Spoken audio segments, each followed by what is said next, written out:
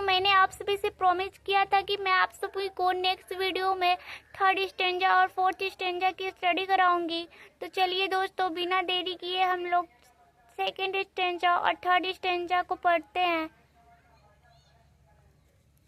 Aunt Jennifer finger fluttering through her whole.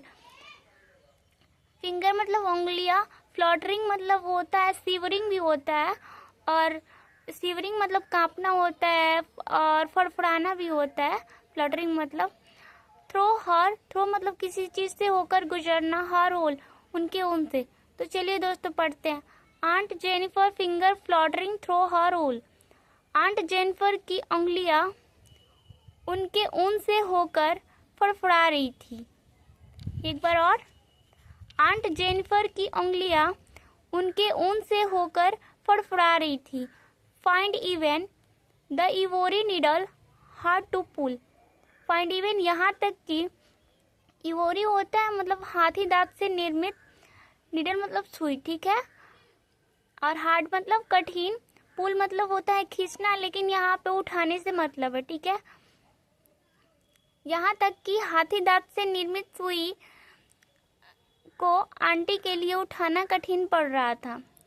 यहाँ तक कि हाथी दांत से निर्मित सुई भी आंटी के लिए उठाना कठिन पड़ रहा था, या उनके लिए उठाना कठिन पड़ रहा था, ये भी बोल सकते हैं, ठीक है। एक बार और पढ़ते हैं। Aunt Jennifer finger fluttering through her wool. Aunt Jennifer की उंगलियां उनके ऊन से होकर फड़फड़ा रही थी। फाइंड इवन यहाँ तक कि द इवोरी नीडल हाथी दांत से निर्मित सुई, हार्ड टू पुल जिनको उठाना उनके लिए कठिन पड़ रहा था। यानी आप लोग देखे होंगे आप लोग की मम्मी जो है आप लोग के लिए प्यारा प्यारा सा स्वेटर बिनती थी, तो बड़ी बड़ी सुइयों से बिनती थी, जिसे गांव में सिलाई कहा जाता है। आप लोग अपनी मम्मी से पूछिएगा, वो बता देंगे आप लोग को। फिर पढ़ते हैं ये वाली line. The massive weight of uncle wedding band. Massive मतलब वजनदार होता है, वेट मतलब भार। अंकल के विवाहिक जीवन का वजनदार भार sits heavily upon aunt Jennifer hands. Aunt Jennifer के हाथों पर भारी पड़ रहा था। यानी यहाँ पे हैंड्स इसलिए कहा गया क्योंकि हैंड्स इसलिए लिया गया है क्योंकि जैसे आंट जेनिफर इसमें क्या पहले हाथ से ही ना बुन रही थी, तो यहाँ पे हाथ से का मतलब नहीं है, वो इसलिए कहा गया, उसका मतलब पूरे उनके जीवन पे मतलब बहुत ही वो पड़ रहा है अंकल के वैवाहिक जीवन का। क्योंकि जब किसी स्त्री की शादी होती है तो उसके हस्बैंड उसे अच्छे मिल जाते हैं तो उसकी लाइफ तो बन जाती है, लेकिन जब अच्छे नहीं मिलते हैं तो बहुत सारा काम कराते हैं, उनके ऊपर बहुत रिस्पॉन्सिबिलिटी आ जाती है, और उनकी जो डिजायर होती है ना उसको सप्रेस कर दिया जाता है और उसको डोमेस्टिक वर्क कराया जाता है ज़्यादा से ज़्यादा। तो वही बताया जा रहा है, मतलब वहाँ पे उनकी इच्छाएं मार ली जाती है और वो चाह के भी कुछ कर नहीं पाती है, इसमें ये बताया जा रहा है। चलिए दोस्तों थर्ड स्टेंजा को पढ़ते हैं।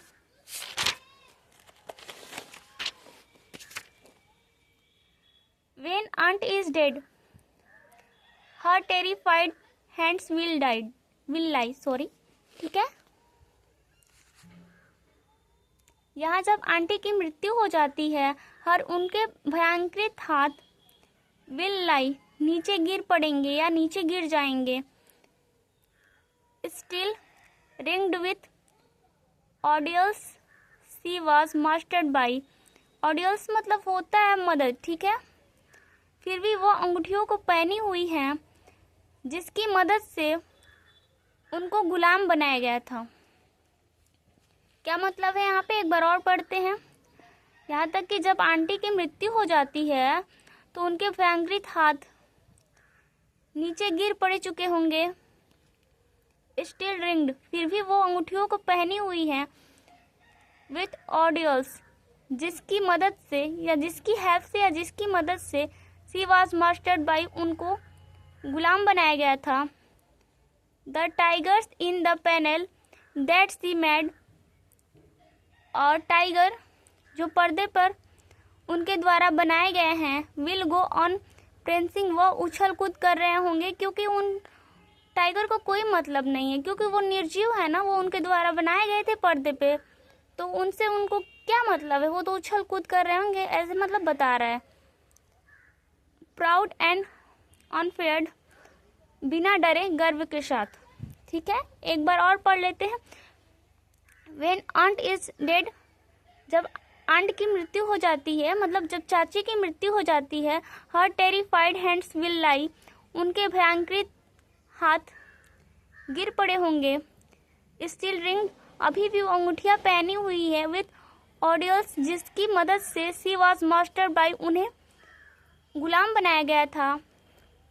The tiger in the panel L that she made, tiger जो पर्दे पे उनके द्वारा बनाए गए थे, विल गो ऑन प्रेंसिंग, वो उछल कूद कर रहे होंगे, बिना डरे हुए गर्व के साथ, या बिना डरे हुए गर्व के साथ, ऐसे बोल सकते हैं, बिना डरे हुए पूरे गर्व के साथ वो उछल कूद कर रहे होंगे।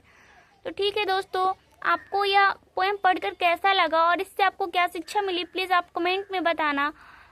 आप लोग, मुझे बहुत अच्छा लगेगा, और जो भी बच्चे को नहीं समझ में आएगा ये, तो वो आपका कमेंट पढ़ेंगे, फिर उससे आप लोग को उनको बहुत अच्छे से समझ में आएगा। तो प्लीज़ दोस्तों, आप लोग इस पोएम से क्या सीखे, आप लोग को इससे क्या शिक्षा मिली, प्लीज़ आप लोग इस कमेंट में ज़रूर बताइए।